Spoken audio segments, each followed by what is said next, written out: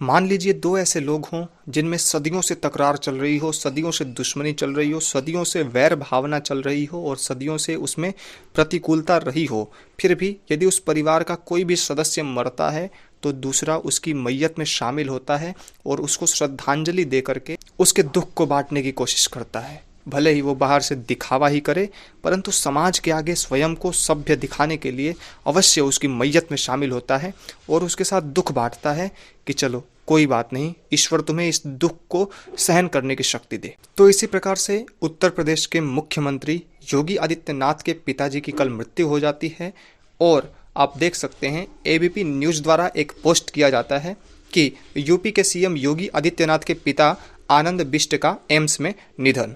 और इस निधन के पश्चात अनेकों लोग इस पोस्ट को लाइक करते हैं, कुछ लोग सैड करते हैं और कुछ लोग हंसने का भी इमोजी इसमें डाल देते हैं। तो आखिर ये हंसने वाले लोग कौन हैं?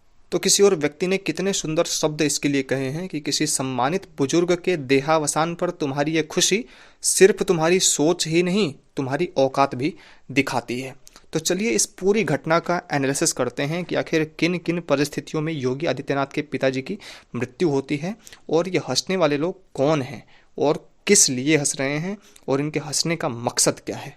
तो कोरोना वायरस के संक्रमण के बीच में पिता के निधन की सूचना के बीच में भी उत्तर प्रदेश के मुख्यमंत्री योगी आदित्यनाथ कोर टीम के साथ बैठक करते रहे।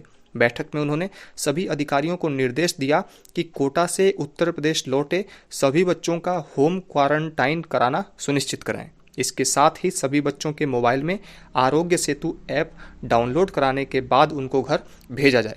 सीएम योगी आदित्यनाथ को सूचना थी कि उनके पिता आनंद सिंह बिष्ट की तबीयत अत्यंत गंभीर है। सीएम योगी आदित्यनाथ को पिता के निधन की जानकारी मिली तो उस दौरान वो टीम 11 की बैठक ले रहे थे। इस घटना की जानकारी मिलने के बाद सीएम की आंखें कुछ देर के लिए नम हो गई। मुख्यमंत्री अमूमन मीटिंग के दौरान चेहरे पर लगे मास्क को नीचे रखते हैं, लेकिन आज ऐसा नहीं हुआ। इससे चेहरे का भाव भले कुछ हद तक छिप जा रहा था, पर आंखों की उदासी उनकी नमी बता रही थी कि सब कुछ ठीक नहीं। बावजूद इसके राजधर्म का पालन पहली प्राथमिकता पर रखते हुए मुख्यमंत्री योगी आदित्यनाथ ने समयानुसार मीटिंग शुरू की। टीम 11 के अधिकारियों के साथ मुख्यमंत्री विचार विमर्श और कोरोना को लेकर प्रदेश की हालात पर विचार करते और अधिकारियों को निर्देश भी देते रहे। इसी बीच करीब 10:44 के आसपास मीटिंग में उस व्यक्ति का आना हुआ जिसे बहुत कम ही किसी मीटिंग में आते देखा गया है। बात मुख्यमंत्री के सबसे करीबी शख्स यानी बल्लू राय की हो रही है। बल्लू राय के चेहरे पर दुख का भाव झलक रहा था। बल्लू ने एक पर्ची मुख्यमंत्री को दी। इसे पढ़कर मुख्यमंत्री ने किसी से बात कराने का निर्देश बल्लू को दिया। बल्लू ने फोन लगाया और मुख्यमंत्री बात करने लगे। बात महज 1 मिनट की रही होगी और मुख्यमंत्री ने फोन पर कहा कि वह मीटिंग के बाद फिर बात करेंगे। बल्लू चले गए। मुख्यमंत्री कुछ सेकंड के लिए शांत हो गए। फिर उन्होंने मीटिंग में अधिकारियों से सवाल जवाब करना शुरू कर दिया। मीटिंग ठीक वैसे ही चलती रही जैसे रोजाना चलती है। इसी बीच सबने देखा कि मुख्यमंत्री योगी की आंखें नम हो चुकी हैं। शायद उधर से उन्हें पिता के निधन का समाचार मिला था, लेकिन मुख्यमंत्री होने के नाते उन्होंने प्रदेश की जनता की सेवा सर्वोपरि रखी और कोविड से लड़ने की रणनीति बनाने की मीटिंग करते रहे। सभी को पता है कि प्रदेश के मुख्यमंत्री होने से पहले वे एक सन्यासी हैं, गोरक्ष पीठाधीश्वर हैं, लेकिन पिता के निधन का समाचार मिलने के बाद भी मुख्यमंत्री की कार्यशैली ठीक वैसे ही चलती रही। एक तरफ जहां आंखों में नमी उनके दुख का सबूत था, तो दूसरी तरफ 23 करोड़ जनता की सुरक्षा का चिंता का फर्ज। अपने पिता के निधन के बावजूद उन्होंने राजधर्म को प्राथमिकता दी, उसे निभाया। योगी आदित्यनाथ पहले से भी ऊपर राजधर्म और यूपी की 23 करोड़ जनता का हित देखने को सर्वोपरि मानते रहे हैं।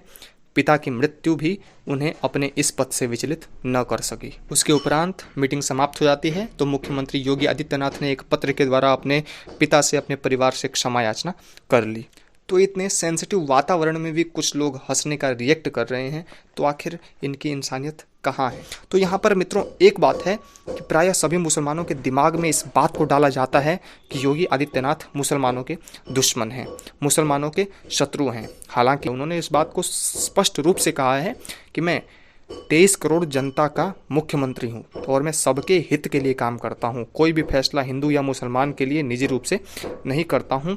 फिर भी हमारे दिमाग में इस चीज़ को डाल दिया जाता है कि योगी आदित्यनाथ मुसलमानों के दुश्मन हैं। तो देख सकते हैं आप स्क्रीन पर, आपको मैं कुछ 4-5 एग्जाम्पल्स देता हूँ। तो ये मुस्लिम बेटियों के लिए योगी का तोहफा देख सकते हैं, किस प्रकार से मुस्लिम बेटियों के लिए उन्होंने इतनी चिंता जाहिर की है, उनके लिए योजनाएं बनाने के लिए चिंतन किया है और लागू भी किया है।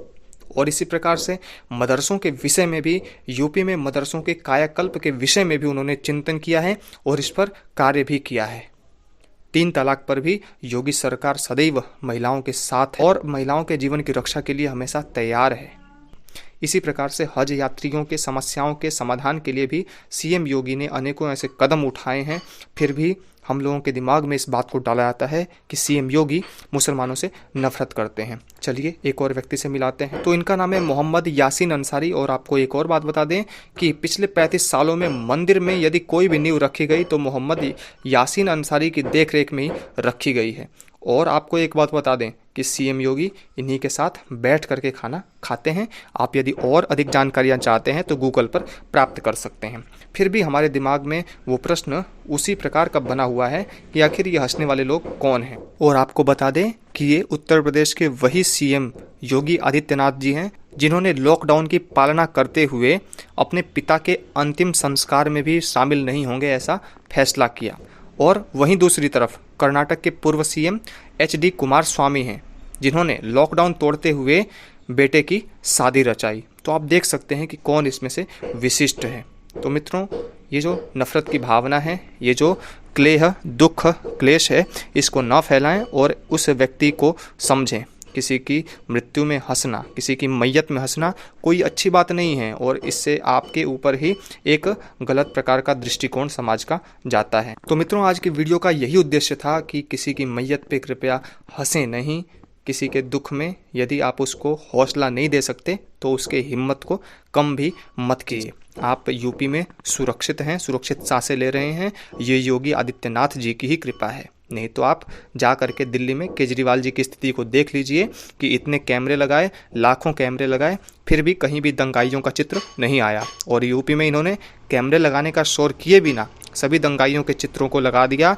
कोर्ट ने इनके ऊपर समस्या प्रकट की तो उन्होंने अध्यादेश लागू करके उनके ऊपर कार्रवाई की। अभी भी आप उत्तर प्रदेश में खुश हैं तो ये योगी आदित्यनाथ जी की ही मेहरबानी है। तो आशा करता हूँ आपको आज की वीडियो अच्छी लगी हो तो और मित्रों में भी अवश्य शेयर करें।